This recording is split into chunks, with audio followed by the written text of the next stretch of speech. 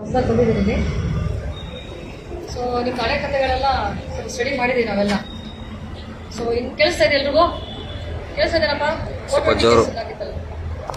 Okay, comedy ಮಾಡ್ತಿಲ್ಲ, ನೋಡ್ಬೇಕು ನಾನು ಎಲ್ಲರೂ ಇಲ್ಲಿ ತಲೆ ತಗ್ಸ್ಬೇಡಿ ಈಗ.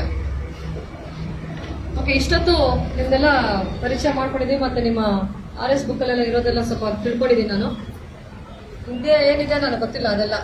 ಸೊ ಇನ್ನು ಮುಂದೆ ಮಾಸ್ ತೆಗಿಯಪ್ಪ, ಯಾಕೆ ತೆಗಿ, ಪರವಾಗಿಲ್ಲ, ಮಾಡಿದಾಗ ನಾಚಿಕೆ ಇಲ್ಲ, ಇವಾಗ ಯಾಕೆ ಹಾಕೋತೀಯ? ಸೊ ಹಿಂದೆ ನಿಮ್ದೆಲ್ಲ ಏನು ಚಟುವಟಿಕೆಗಳೆಲ್ಲ ಇದೆ ಅದನ್ನ ಪೊಲೀಸರೆಲ್ಲ ಗಮನಕ್ಕೆ ಇಟ್ಕೊಂಡಿದ್ದಾರೆ. ಈಗ ನಾನು ಬಂದಮೇಲೆ ನಿಮ್ದು ಯಾವುದೇ ಥರ ಇಲ್ಲಿಗಲ್ ಆಕ್ಟಿವಿಟೀಸ್ ಆಗಲಿ, ಕೆಲವರೆಲ್ಲ 302 ಮರ್ಡರ್ ಕೇಸಲ್ಲಿ ಅಥವಾ 307 ಡೌಟ್ ಡಕಾಯಿತಲ್ಲಿದ್ದೀರಾ.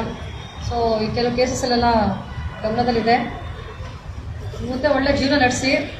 ಆಲ್ರೆಡಿ ಕೇಸಸ್ಸಲ್ಲಿ ಇರೋರೆಲ್ಲ ಏನೇನು ಪೆಂಡಿಂಗ್ ಟ್ರಯಲ್ಸ್ ಇದೆ ಅದು ನಮ್ಮ ವ್ಯಾಪ್ತಿಗೆ ಇರೋಲ್ಲ. ಅದೆಲ್ಲ ಆ ಕೇಸಸ್ಸಲ್ಲಿ ಇದ್ದಾಗ ಮತ್ತೆ ಯಾವುದೇ ಎಕ್ಸ್ಟ್ರಾ ಕೇಸಸ್ಗಳು ಹಾಕೊಳ್ಳೋಕೆ ಹೋಗಬೇಡಿ. ಎಸ್ಪೆಷಲಿ 307 ಕೇಸಸ್ಸು ಅದು ಇನ್ವಾಲ್ವ್ ಆಗಬಾರ್ದು. ಈಗ ಆಲ್ಮೋಸ್ಟ್ ಅಲ್ಲೆಲ್ಲ ಇಲ್ಲಿರೋರೆಲ್ಲ ಎಲ್ಲ ಜೈಲಿಗೆ ಹೋಗಿ ಬಂದಿದ್ದೀರಾ ಅನ್ಕೋತೀನಿ. ಸೊ ಜೈಲಿಗೆ ಕಳಿಸೋದೇನಕ್ಕೆ?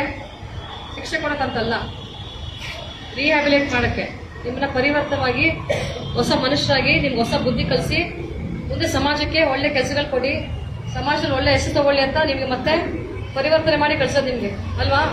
ಶಿಕ್ಷೆ ಅದೇ ಅಂತ ನಿಮ್ಗೆ ಕೊಡೋದು.